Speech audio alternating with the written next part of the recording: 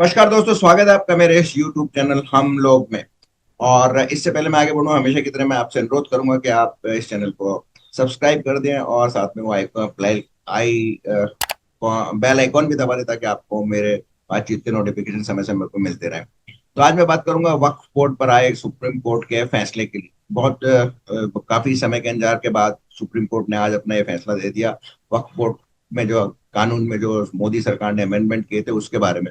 इस पर कई लोगों ने इंक्लूडिंग असदुद्दीन ओवैसी, कई कांग्रेस पार्टी के सदस्यों और बस विभिन्न मुस्लिम संगठनों ने इसके खिलाफ अपील की थी और इसको रद्द या कम से कम स्टे लगाने की तो कोशिश की थी। हालांकि सुप्रीम कोर्ट ने कहा है कि उन्होंने फाइनल फैसला नहीं दिया है, लेकिन उन्होंने अपने फैसले में यह कह दिया कि इस कानून में कोई जरूरत नहीं है इसको संपूर्ण रूप से रोक लगाने की।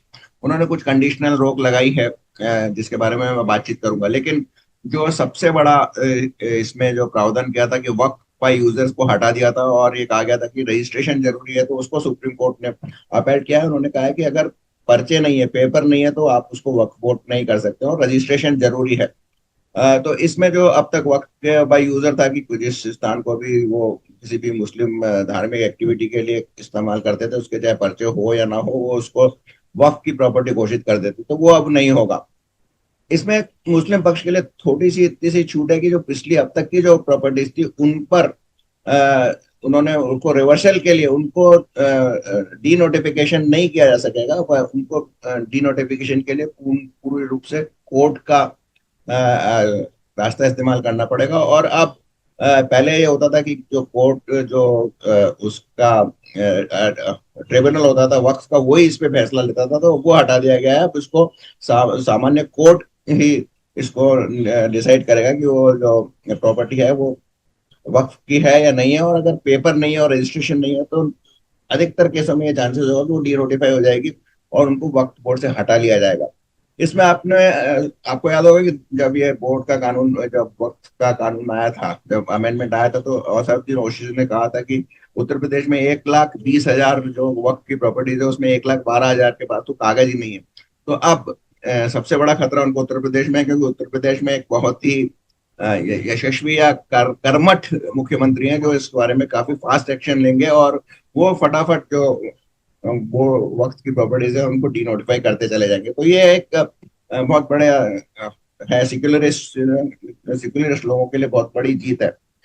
हालांकि मुस्लिम पक्ष के लोग भी इसको अपनी जीत बता रहे हैं, क्योंकि इसमें एक तो छोटे छोटे स्टे तो नहीं लगाए, टेम्पररी स्टे लगाए गए।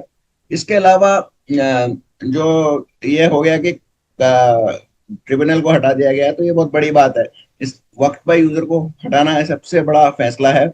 और इसको पूर्ण रूप से इस पे स्टे नहीं लगाना, ये भी बहुत बड़ा फैसला है। जो छोटी छोटी छूट दी गई है, जैसे कि उन्होंने कहा है कि वक्फ बोर्ड में गैर मुस्लिम नहीं होने चाहिए, तो उसमें एक संख्या फिक्स कर दी गई है कि राज्य इस वक्फ बोर्ड में दो अधिक से अधिक गैर मुस्लिम हो सकते हैं और केंद्रीय वक्फ बोर्ड में तीन गैर मुस्लिम हो सकते हैं। तो ये हल्की उनको उसको ये लोग अपनी जीत की तरह प्रस्तुत करेंगे। और दूसरा जो कहा है कि वो कलेक्टर को जो सारी अधिकार दे दिए गए थे कि वो डिसाइड करेगा कि ये कोई प्रॉपर्टी वक्फ की है या नहीं है, तो वो उनसे हटा ली गई है, क्योंकि ये कहा गया था कि कलेक्टर ही सारी करेगा तो फिर बड़ी मुश्किल वाली बात होगी। तो उसको वो नॉर्मल कोर्ट के माध्यम से, जो कोर्ट में नॉर्मल प्रोसीजर होती है उसके हिसाब से वो किया जाएगा।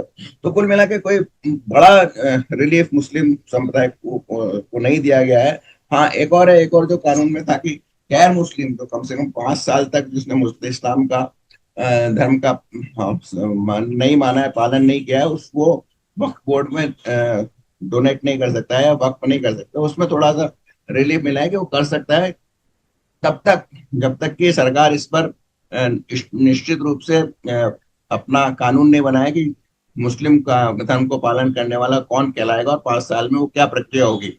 तो इसमें हालांकि ये मुस्लिम लोग अपना जीत बता रहे हैं, लेकिन इसमें जो कुछ एंटी कन्वर्शन बिल आए हैं उनको माध्यम से सरकार इसको वापस से इंट्रोड्यूस करने की कोशिश की होगी। और इस पर राजस्थान का जो एंटी कन्वर्शन बिल है उसको उस पर बातचीत करना है, उस पर ध्यान देना काफी जरूरी होगा। तो कुल मिलाकर ये वक्फ बोर्ड अमेंडमेंट को लगभग उसी तरह उन्होंने स्वीकार कर लिया है।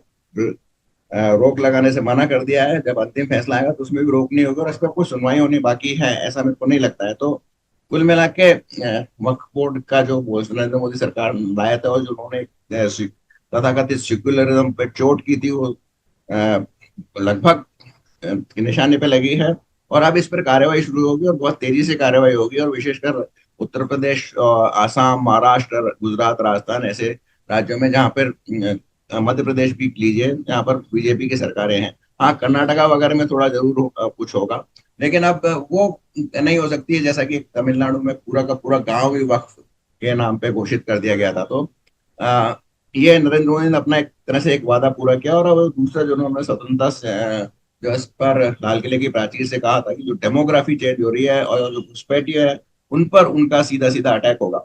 जैसा आपने देखा कि घुसपैठियों से सारा यूरोप परेशान है, हालांकि वहां पे उनको घुसपैठी नहीं कहेंगे, उन्होंने बहुत ही अपने सहृदय के शरणार्थियों को शरण दी थी, और उनको अधिक बच्चे पैदा करने का इंसेंटिव दिए थे। बहुत, जैसे कि हर बच्चे पे इतना पैसा आपको पर मंथ मिलेगा, आपको अगर ज्यादा बच्चे हैं तो बड़ा मकान फ्री में मिलेगा। तो इसका वो भुगत रहा है यूरोप।